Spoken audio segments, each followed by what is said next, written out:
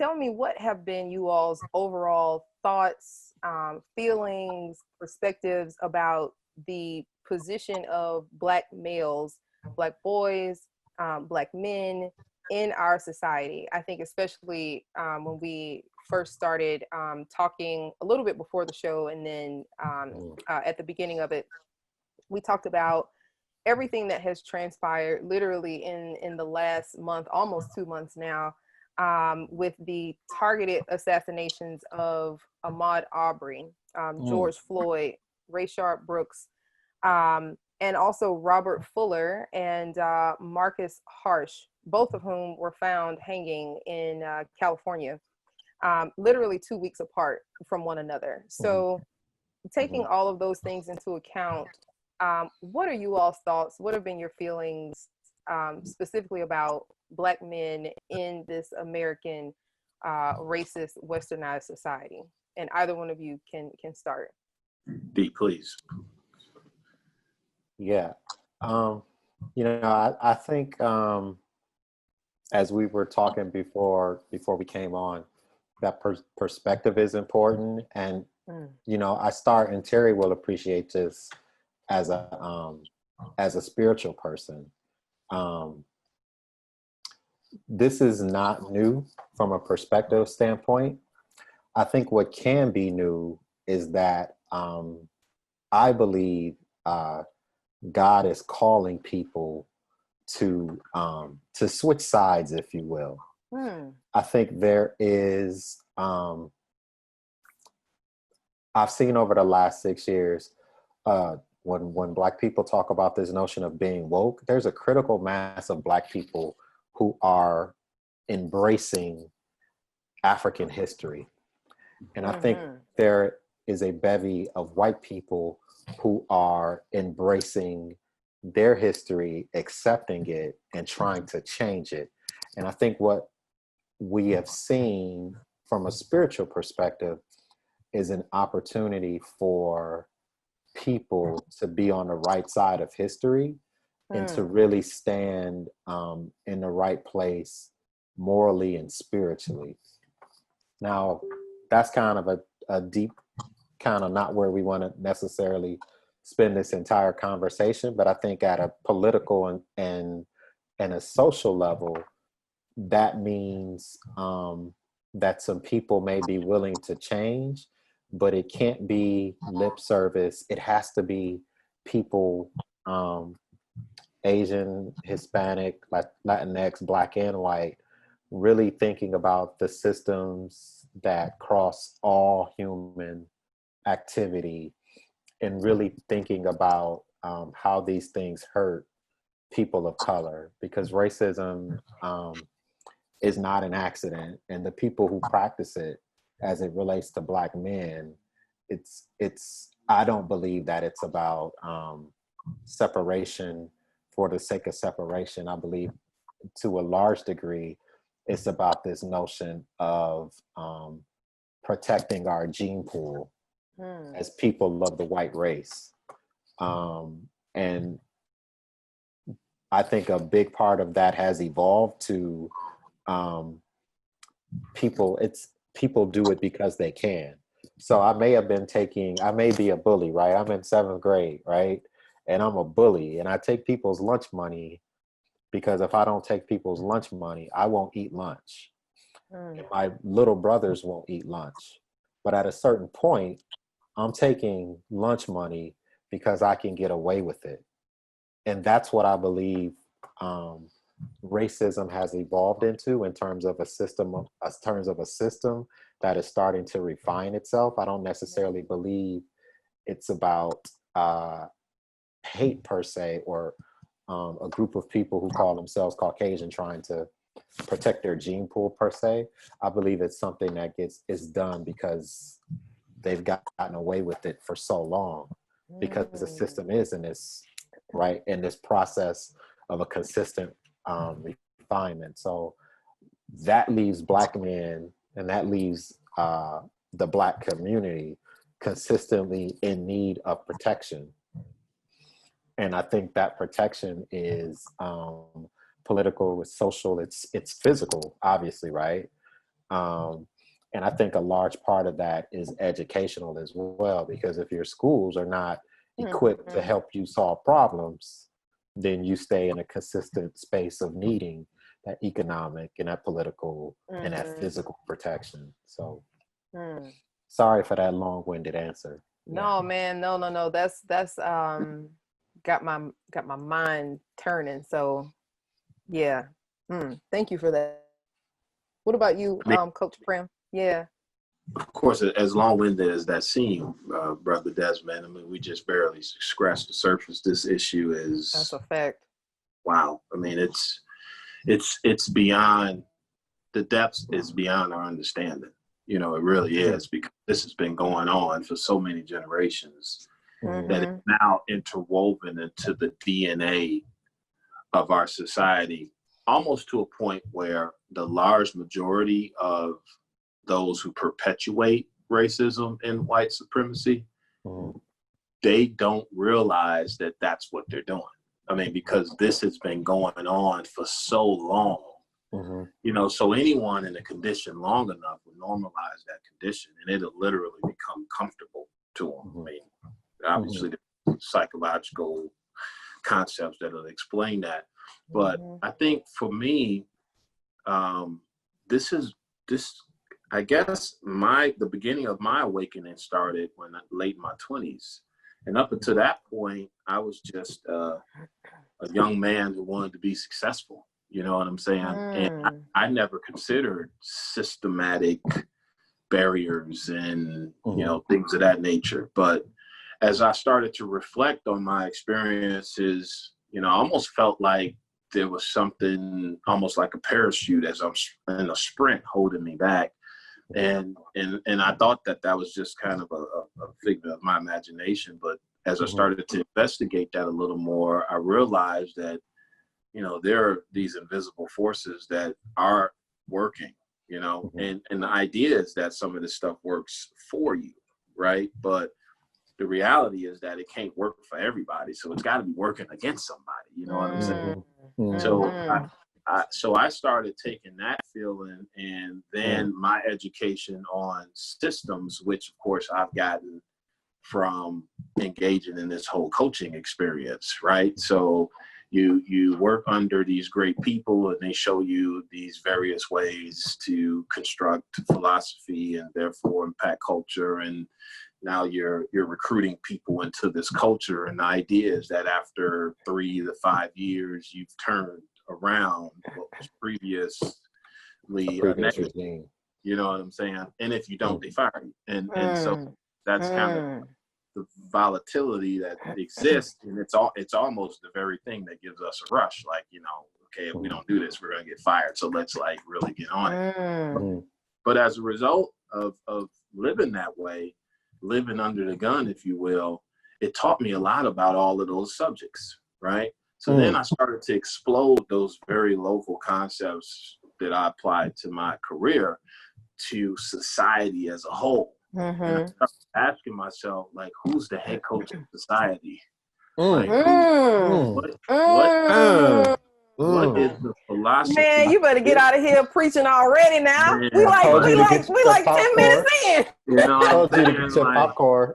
I mean, if I'm instituting a philosophy, I literally have to present this philosophy in order to become the candidate that the decision makers select. So what is the philosophy that's running this country? You know what I'm saying? And, you know, what's the culture that's the result of that philosophy? And then how does all of that play out? So then I started looking at the differences of how it played out for different people, right? And to my dismay, I saw a particular group I felt being marginalized more than others. I'm recruiting all around the world. I'm going out, well, let's stay locally in the country. I'm recruiting all over America. I'm going into the majority of the cities and states. And I couldn't believe that there was so much uniformity in terms of the struggle that Blacks were going through, you know? So I mean, and I can go on and on, but I know we want to continue this, to advance this conversation. But I think all of that kind of blew my mind so many years ago. And now these events got me to a point where I'm like, okay, I'm done sounding the alarm. I don't have to alarm you anymore. We know that this stuff exists, right? Mm-hmm. So we got to go beyond the alarmist level. And like you said, we have to start to construct a curriculum of education, not just for us, but certainly for us, but for those who now are alarmed to the same perspective. And I think that system has got to overtake the system that exists now, and eventually we'll see some permanent change. Yeah. No, who is the head coach of society? Right? And yeah, because a brother who will remain nameless used to talk about this notion of the spider web, and he said, it's the spider web. Actually, let me not say this. This is Abdul Khalid Muhammad. Okay. In 1994, he said, it's the spider web. It's the spider web. We gotta get rid of the spider web. And in the meantime, the spider is in the corner weaving another web. Right. So you have to deal with the people who perpetuate the system, whether they're doing it consciously or unconsciously. Dr. Francis Cress Welsing said that racism is thoughts and speech and actions, but those thoughts and speech and that action can be conscious and or unconscious, and it plays out in thought, speech, and actions, but also in symbols. Yeah. And a lot of times those symbols we just completely take for granted because they are symbols and not really digging down in terms of how those symbols perpetuate that equation of Black people on the bottom and white people on the top of a power equation. So that's a really deep question, but we got to deal with the spider web and the spider. Like they're one and the same. Yes, they are. In terms of the yes, need they are. in terms of need for change. So excellent points. Listen, we just need to go ahead and end the thing right now because y'all just shut it down. Like I know I got a list of questions, but them D-boys. Right? Shout out to Detroit one time. But listen, when Terry and I met, right? I would say, and I'm going to speak for you, Terry, but you can correct me. We were both, right? We're in a junior college, right? And Terry was playing basketball, right? Okay. We met in junior college, and as I recall it, I was just at the bus stop, and Terry would see me every now and then on campus or in a student center, and a few times he just started taking me home, and we clicked. But the clicking was around, we were of the belief that we could be something bigger than what we were seeing. And that wasn't a knock on our parents. It wasn't a knock on the environment. It's just, I mean, this is like 1994, 95. Right. Yeah. And the auto industry in Detroit was already on a decline. Like the state of Michigan, and I would even say Chicago and Gary and the state of Ohio were already on a decline. So you couldn't count on graduating from high school and going into the auto industries. We were looking for something else. And I didn't have the grades to go to a 4-year school. So I was just trying to figure out, do I think I can be successful here? Because if I can, then maybe I might be able to be successful at a 4-year school. But I think that was the bond as I remember it, Terry.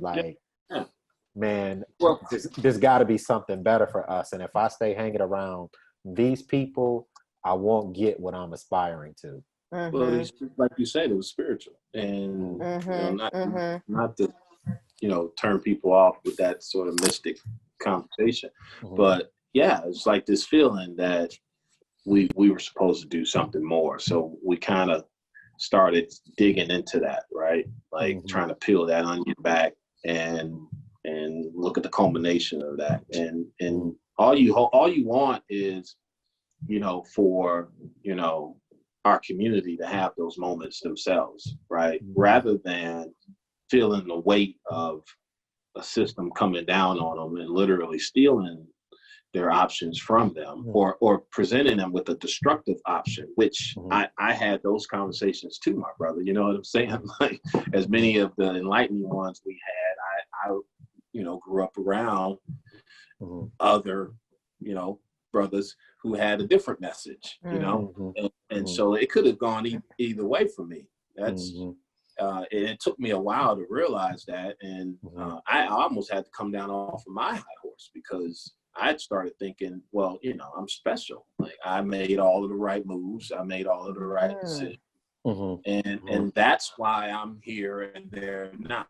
But the reality is, I just squeaked through this system that's this cage of a system. I just kind of got through that little hole right there. And there was a few other brothers that did too. And as I look back, and the longer I live, the less I see, I start realizing that there's something at work that, is way deeper than what we see. So we need to talk about it.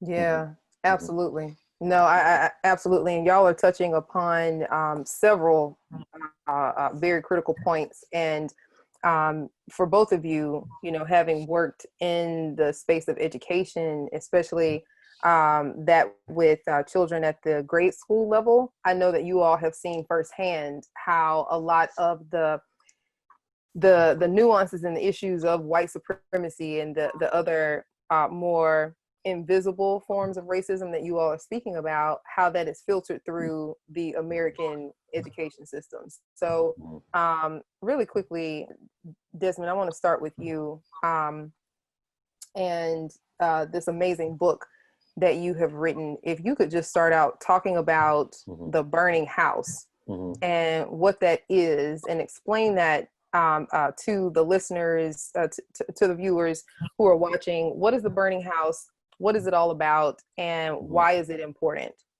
So the burning house is a quote from Martin Luther King. He was giving an interview on May 8th, 1967 with NBC News, and he said, I think he was quoting James Baldwin, but he said, maybe we did integrate ourselves into a burning house. And then Harry Belafonte in 2005 was part of a roundtable panel discussion on C-SPAN.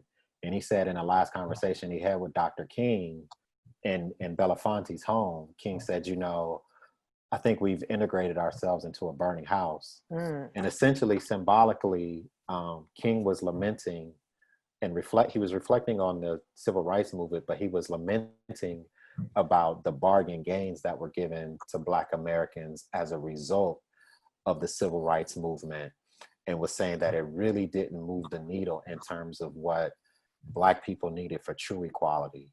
And that just struck me, because that's the way I felt having served as a teacher for 12 plus years when I heard him say that. And I just thought about, I'm not putting words in King's mouth, but I felt like I had been fooled. Like I had got hoodwinked, because schools, right, for Black boys and for Black girls too, largely, right? Let's keep it real. Schools are set to disenfranchise Black boys. And when we talk about the system, you could talk to me or Terry or any other Black man, we are never praising the system. We're going to talk about 3 or 4 teachers who made a difference. It was my track coach. It was a mentor. Facts. It was a high school algebra teacher who was like, you're not going to sit on your butt. You could do more. It's always people within the system who are reaching back and grabbing, and a lot of times dragging. And what I said was, that might be 2 steps forward, but across the hallway, it's 5 steps backwards. So we will never get the true equality if we don't rebuild the system or rebuild this house. So that's the book in a nutshell. But the major premise is about this notion of disenfranchisement that starts for our boys in schools. And my philosophy is it explains the fact that Black males disproportionately do not get married. You do not see Black males in church or engaged in our mosque and our churches and things like that. You know, there's always a push to get us to vote. We're not engaged civically, right? And I'm speaking in mass terms, but I have some data I could show to prove that. And then only 73% of us are actually in the workforce as compared to 83% of white males. So that disenfranchisement starts in school because of the lack of imaging, because of a Eurocentric curriculum, because of punitive punishments, because of a system that is not catered to our needs instructionally. So when you put all of those things together with a teaching force that's 80% white female, and school psychologists and social workers who are 90% white female, and a psychology and a testing system that's rooted in white supremacy and eugenesis, you have a recipe for why am I even here? And if I don't fit in here, as Trex from Naughty by Nature said, daddy was a street corner, right? So I'll just, you know, like the last poet said, the corner was our Taj Mahal. Like that was our monument to who we were as a people. And that's what we see when we see these brothers, even if they matriculate and finish high school. A high school education is, you fill in the blank, right? Yeah. So that's the book in a nutshell. There's, you know, a lot more I can say, but that's kind of the premise of the book in a nutshell. Y'all just keep leaving me speechless tonight. Normally I'm a little bit more talkative, but like, good God. Okay, Coach Primm, having lift us up, brother Primm. Lift us up. Right. Well, no. Sorry, I don't know if we'll be able to do that. No. Listen. Both of y'all are lifting me up. It's just like, you know, it's one of those things where everything you're saying is just facts, you know, and it's so powerful that I'm flabbergasted. So, Coach Primm, being in your career as a coach and working with children, specifically Black children, I'm sure that you have seen this and observed this same multi-level structure where in the school system, which I would say as being I think it's the first structure or institution outside of a child's home where they're being introduced to a myriad of things, right? Like it's the first place where they're really learning how to effectively communicate, conflict resolution, right? They're learning about how to engage with others. They're learning about behavior modification. And of course, you know, the basic things like literacy, numeracy skills, et cetera, et cetera. And so given the fact that schools here within the United States are already inherently built to tear down and to strip away Black children, and in this conversation, Black boys and Black males, what has been your personal observation of this, being a coach and working directly with these students in an athletic and also an academic capacity? What has been your experience?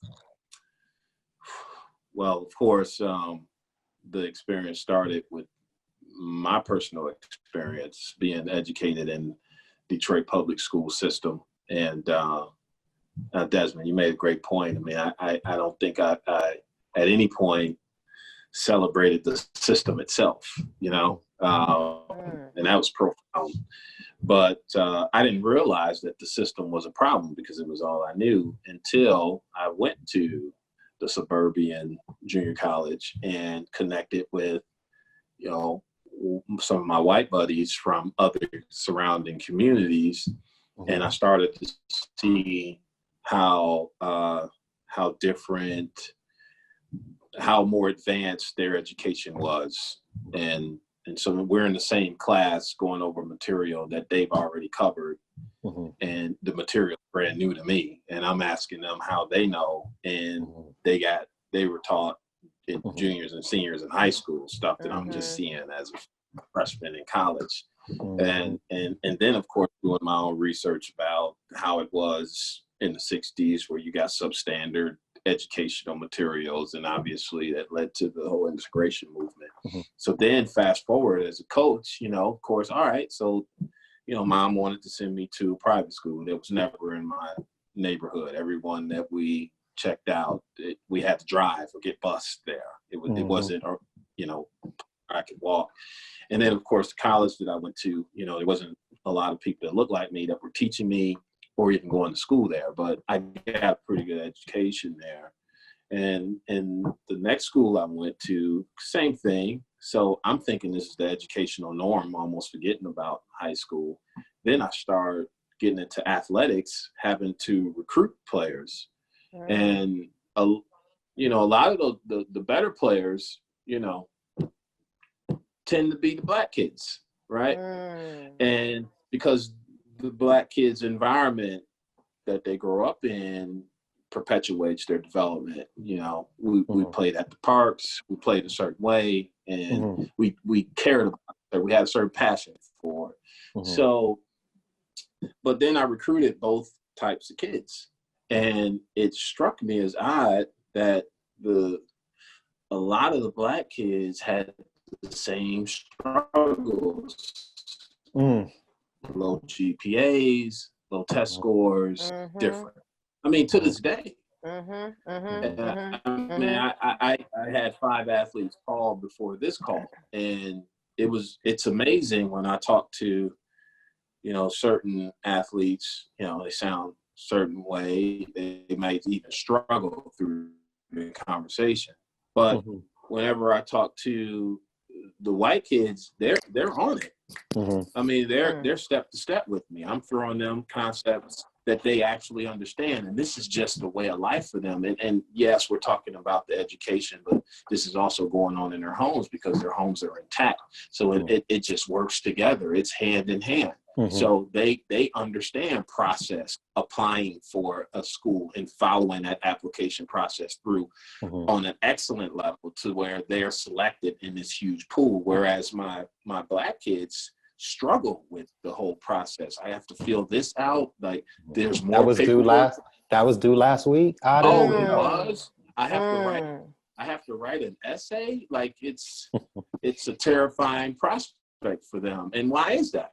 You know, because of the way things were set up from the beginning, and it has its tentacles attached to how it operates even now. Yeah, it's you know, I talk a lot about in the book like what happens in these, like Terry mentioned, tentacles. What happens in these individual rooms, whether it's you know, a teaching force that's practicing whiteness, whether it's you know, holding Black children to a cultural standard that is not their own, which ultimately leads to hordes of Black boys being identified for special education. Specifically, when we look at emotional disturbance and ADHD, because they're cultural elements. And we can all identify with this, but when we were kids, you know, we didn't have play dates. Your mom, if you sitting on the couch in 1981, your mother was like, boy, why are you in here? Go outside and play. Like culturally speaking, there's cultural value in being up and moving and being able to entertain yourself. And then you put that same child, right, from this particular community with a specific set of cultural values in a school where they're supposed to sit right? Mm-hmm. And we've weaponized school. You know, when I was in kindergarten, Facts. we went to school for a half day. By 1990, everybody was in school kindergarten half day. But now with charter schools, that day it doesn't end at 3:30; it ends at 4:30. So Mm-hmm. you're asking these kindergartners and first and second graders to sit for 9 hours at a time. So of course he presents as someone who's ADHD. So those tentacles that Terry talks about, I talk Mm-hmm. about them under the auspice of these various rooms within the house that just cook our kids to the bone. And Mm-hmm. some teachers understand it and they fight it, but most of them don't. It's just policy that has been set that worked for me. Like, I'm a teacher, I did well in school, duh. So if you, student, don't do well, then it can't be the system, because all of my friends are doing great, right? Right. It must be Right. something wrong with you. And if we don't, again, think about how these systems help certain groups and are harmful to others, Mm-hmm. the house will just stay on fire, and the fire department is going to come with a hose that's just spewing more fire. And that, No. yeah. That's 100% facts. You know, having worked with DC Public Schools with an early intervention program, you know, and it was created specifically to identify children ages 2 years, 8 months, so not quite 3, to 5 Mm-hmm. years, 10 months, not Mm-hmm. quite 6. The child find Who, stuff. yeah, exactly. Child find, Mm-hmm. who could benefit from early intervention support services, right? And there is a lot of value in that. But one of the reasons why the entire program was even created in the first place was because a lot of administrators started to see that children, almost always Black children, were always being identified much later in their educational careers, if you will, Mm-hmm. as being quote unquote special education. And Mm-hmm. what they were able to determine was that when children are in the early stages of their development, so Mm-hmm. the first 5 years of anyone's life is the most critical. Right. And usually what you'll find is, you know, some children may present some quote unquote cognitive delays, where they're unable to identify colors, shapes, numbers, etc. And sometimes there are communication issues, Mm-hmm. and you know, where they're just completely nonverbal, or there may be issues of stuttering, Mm-hmm. and a myriad of other things, right? Mm-hmm. And one of the things that I noticed is that, you know, I mean, mostly where I worked in DC was in Ward 7, so east of the river. For people who are Mm-hmm. watching here in other parts of the world or the U.S., You were in the hood. You were in the hood. translation. Yep, You were in the translation. hood. I was in the hood. Yeah. Yeah, you were in the hood. So right, I was in the hood, and in a location that has been historically oppressed. I mean, just in every way possible, just eviscerated. Mm-hmm. And you know, one of the things that I noticed is that having been in that position, and then a few years prior to that, after being an undergrad, working in Atlanta at a nonprofit, seeing how Black children, especially Black boys, were almost always labeled as being what you mentioned before, having emotional disturbance, or ED, or oppositional defiant. Mm-hmm. And, you know, them being tracked in these special education programs erroneously, where they're now in need of special education services because they can't read, they have issues with their speech and language skills, and they're performing poorly on, you know, these gross incentivized testings, and, you know, all of those things too. So everything that you all are saying is absolutely true. And I have seen it firsthand take place when these children are very, very small. I'm talking 3 years old, 4 years old, 5 years old. And, you know, the fact that in a lot of my work, one of my requirements, or one of my tasks that I had, was to ensure that I provided high level professional development trainings for both educators in that space, but also for their parents as well, because it's just a lack of understanding about how children are and how they are developed. The fact that as an institution, people actually expect children ages 3 through 5 to sit in one place for hours at a time is one of the most absurd and asinine things that I have ever heard of. And so a lot of teachers, but also parents, will become very frustrated that their small 3, 4, and 5-year-old children were not sitting down and not quote unquote staying on task for several hours at a time. And seeing that in our community, it really cemented the fact that we are in a place where we're being forced into a system of whiteness. And the expectation is that we will perform in schools, even at a very early age, like what a lot of white children are used to. And one is not better than the other, saying that when you create a structure, when you create an entire system in the education system where you have this expectation where everything is built on whiteness, you set up children that are non-white to fail. And that's just a fact. So yeah, go ahead. no, I was agreeing. There is a gentleman that you all may not know by name, but his name is Dr. Robert L. Williams, and back in '96 he is credited. He's a former school psychologist. Okay. And he coined the term ebonics, and yes. he's not a linguist. Right. He's not a linguist, but what Dr. Williams was what he was purporting and what he was trying to prove is that all groups of people have intelligence, and the language that speak allows them to thrive in the culture and in the environment in which they spend the most time. When you test students under conditions, when you test them under conditions and give them testing instruments that are not culturally aligned, then they will present, right? They are going to present as being less than intelligent. Yeah. And that's what we see with these tests. And Child Find, the way it's written as a law, there's nothing wrong with it.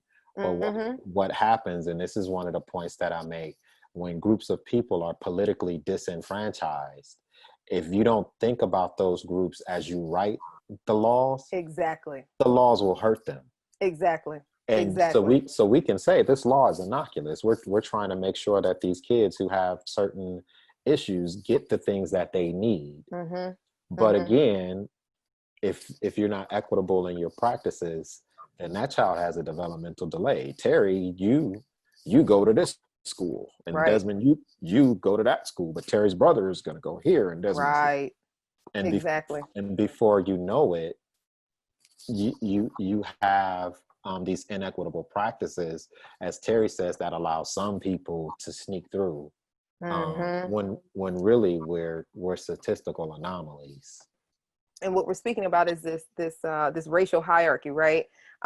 Specifically whiteness, right? Like, historically whiteness has always, actually is never really been talked about until I would say maybe the most recent years in mainstream society, right? I feel like in our community, we've had a number of amazing scholars and authors Black scholars and authors who have been talking about this for decades, right? And it's only, within, I would say, perhaps the last decade, the last 10 years with, the explosion of social media, where this term whiteness and what it actually looks like has become a lot more embedded into a lot of conversations, right? And so what you're talking about in terms of how these policies in education, in the schools, and how they are actually enacted, it already sets children up for failure, specifically Black children, and also brown children or non-white children, right? Like for Latino children or Latinx children, they are disproportionately, served as well, right? So usually this whole black and white binary has always been sort of presented where Black children are always the lowest performers, right? I remember being in school in Atlanta.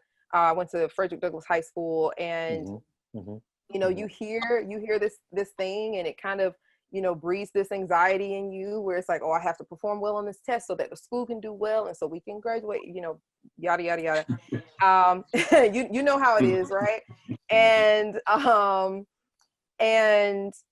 you know, there was this fear, you know, back in the day, and it probably still is for a lot of kids, but there's this fear that, you know, well, I want to do well. I don't want to be a statistic too. Like, I want to show these folks that Black kids are smart. We're intelligent. We can perform very well too. And so this hierarchy has always been positioned where it illustrates, or it presents non-white children, Black children and Latino children, as always being the lowest performers, rather than talking about the structure of whiteness, where whiteness on a global scale is the norm, and it is the dominant sort of cultural aspiration that we should all try to arrive to, right?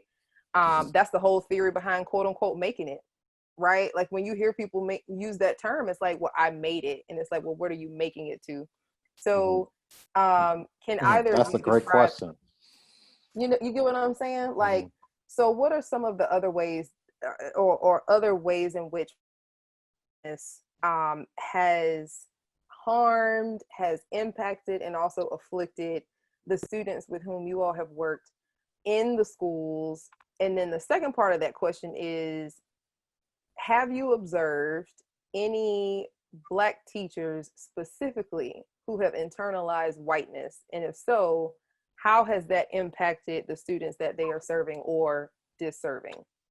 Because I have some theories. I've seen, you know, just with myself. Yeah, just with myself. Throw the alley-oop to you. I'll let you have it. That's my Jalen Rose. Go ahead, C-Web. Go ahead, C-Web. Go ahead, take that one. Yeah, man. Like, even for me, you know, just reflecting on myself being a student, you know, in Atlanta public school system back in the day, you know, and seeing how at that time I didn't have. You're 29. This was like 8 years ago. Oh, thank you, but no. Man, I was in high school a little while ago. But like, you know, just thinking about, like, I didn't have the exact language then, but I knew what I felt, you know, with the ways in which a lot of the teachers treated us as the students, and the way that the whole school system was set up. You know, I knew what it was. I didn't have the language, but seeing things now, I recognize it for what it is. So, Coach Primm, if you can answer that question. Yeah, I know it's loaded. It's a loaded question. Well, I mean, you know, what makes this question so dynamic is the question of intent. And I don't know.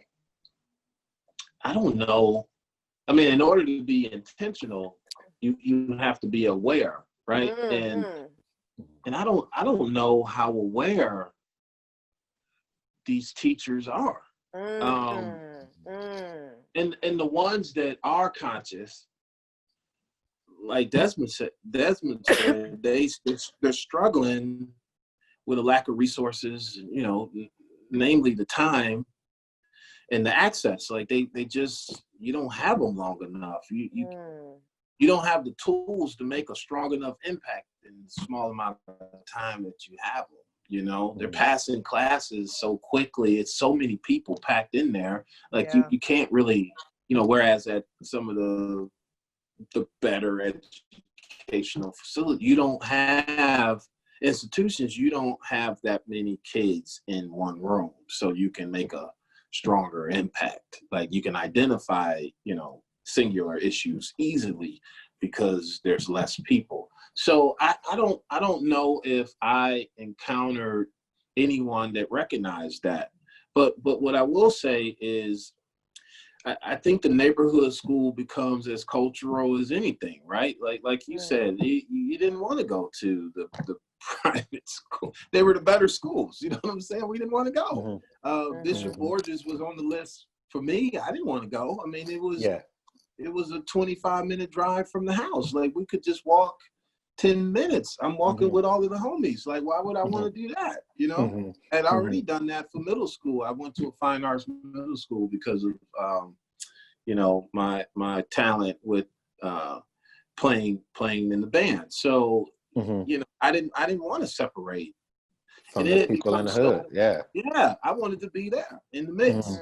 And so I don't even know how conscious. I mean, if I was, I probably would have been like, Mom, get me out of here, you know? And, you know, as far as kids being, you know, conscious of that impact, I think I've seen kids, you know, extracted from their neighborhood. I think a phenomenon that I became very familiar with was the resources that are in the neighborhood has started being extracted by these schools, by people like me who were coaches at the private school level, right? And we'd go into these communities and sell to the families that this is the better option for your child. Well, if we do that enough, and if enough of me came around over a long period of time, then what ends up happening is that you're stripping that community of its resources. And so those kids who then are now educated in a completely different environment, they're forced to assimilate into this completely different culture. They go to colleges that are very similar to those high school situations. Then they get jobs that are very similar to those colleges. And then they get houses in places that don't look like where they grew up. So those people never return back to the community by which they came. So over generations, that community continuously gets stripped. And the ones that leave and that aren't successful, those are the ones that go back, right?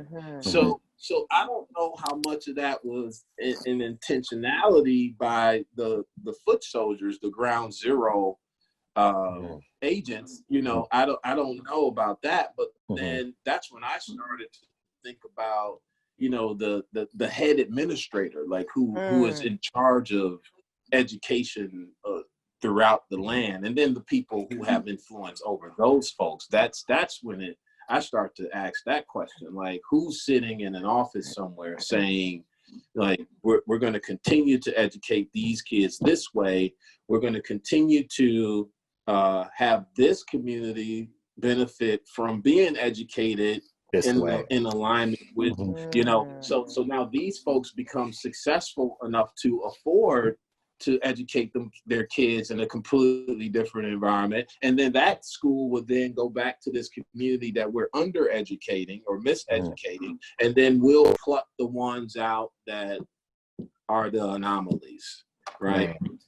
It's so funny you say that, Terry. And Jamaica, you stop me if this is becoming too sports related, but I was listening to Sports Talk Radio last week, and in DC, Terry, Brian Mitchell, who played with the Eagles and the Redskins, return man, he has a radio show, and he was interviewing, I don't know the coach's name, but he was an assistant coach under John Thompson.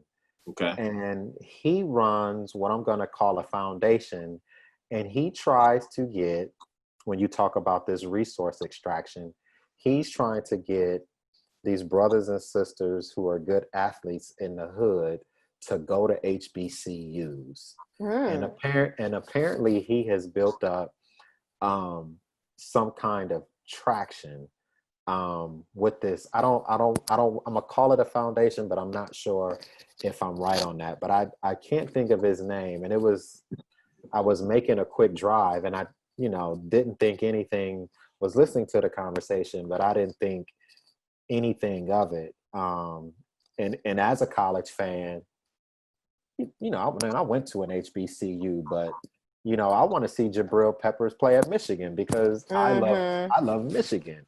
But when you really think about this cycle of, you know, athletes, you know, getting their 4-year degrees maybe, and then leaving these community, Right. what Right. ultimately happens is those communities end up becoming They die. easily susceptible to gentrification. Facts. And Facts.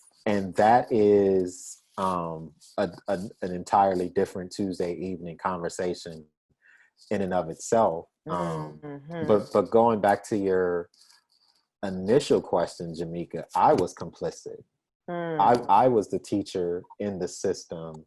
And in the book, I call it this notion of the cocktail theory, the cocktail party theory, where I'm teaching kids this stuff. I'm like, yo, you need to know who Ralph Waldo Emerson is, because you don't want to be at the cocktail party and Ralph Waldo Emerson comes up and you don't know who he was. You need to read The Turn of the Shrew, because you know what I mean? This is the knowledge that is acceptable in society. And when you ask the question, who made it, we can also ask the question, you know, who makes decisions around what are the culturally intellectual standards that we live by? Exactly. Right? Exactly. And why is it that we read The Turn of the Shrew versus Invisible Man? Like, who is in decisions? But I want to say for our listeners, there is a long history of African and African American scholars talking about this notion of whiteness. 100. And one of the sub premises of my book, because the book is for teachers and parents, but one of the things I say is that those voices, Jamaica and Terry, have been purposefully quelled and silenced. Because you can read Where Do We Go From Here by Martin Luther King, and he talks about this notion of whiteness and the need for white teachers and the need for, I'm sorry, not white teachers, white people in general, to educate themselves on what happens to African Americans. That book was published in 1964. Marcus Garvey, in his political letters, talks about this notion of whiteness, and he said that Black people need to build their own institutions because white people, in terms of their goodness, is only going to take Black people so far. Yep, so far. Yep. And it's so we have been on top of it, right? And one of the reasons why I cringe at Tim Wise, and Robin DiAngelo, and Debbie Irving, and these people who get called white allies because they articulate to white people what racism is that Black people, that is a form of whiteness that is pushing Black people to the side, because Asa Hilliard and Martin Luther King and Robert Williams and Alfred Tatum and Beverly Tatum and a lady who you're going to hear a lot about, I guarantee you. Her name is Janet Helms. She wrote a book in 1991 called Race is a Nice Thing to Have. A book published in the early 90s where she talks about this notion of whiteness. It's pre-Peggy McIntosh, right? We have always been on the forefront of trying to intellectually and from a scholarly perspective articulate what racism is to our own people, but also to white people who will listen.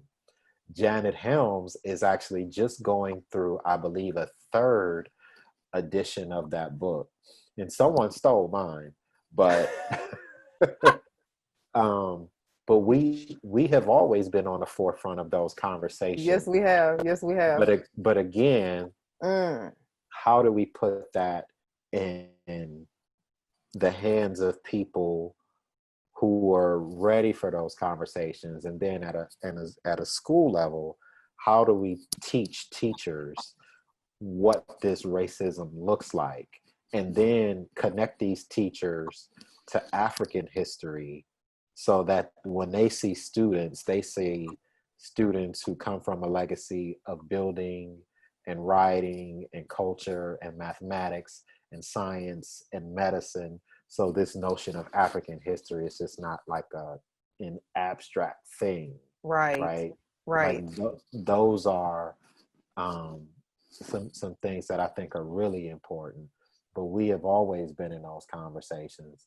But the complicitness comes from, as Terry said, a lack of awareness. And Carter G. Woodson said that people like the three of us, people who are college educated, are not fit to educate Black people because we have been outfitted under whiteness. And how can you solve whiteness if you don't know that whiteness is the issue?